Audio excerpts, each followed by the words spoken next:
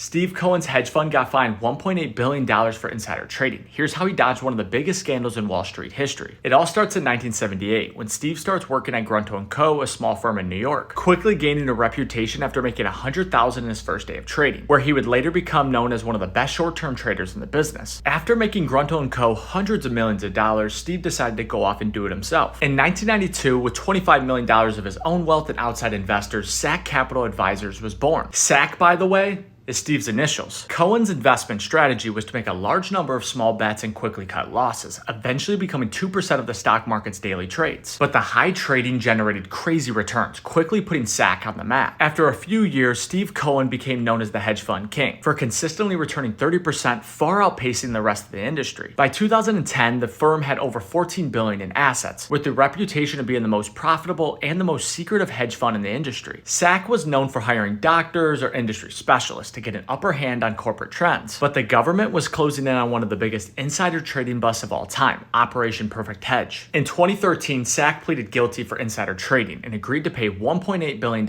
in penalties, which was a record at the time. The firm was forced to shut down and transform into a family office, which became known as Point 72. But Cohen dodged all charges because he ran the firm as semi-independent pods, essentially giving the portfolio managers full autonomy, so it was hard to prove Steve knew they were insider trading. Getting a 2-year ban for managing outside money and paying a personal fine, Steve was relatively untouched. Currently still manages over $30 billion and bought the Mets in 2020 for $2.4 billion, showing just how little the scandal slowed him down.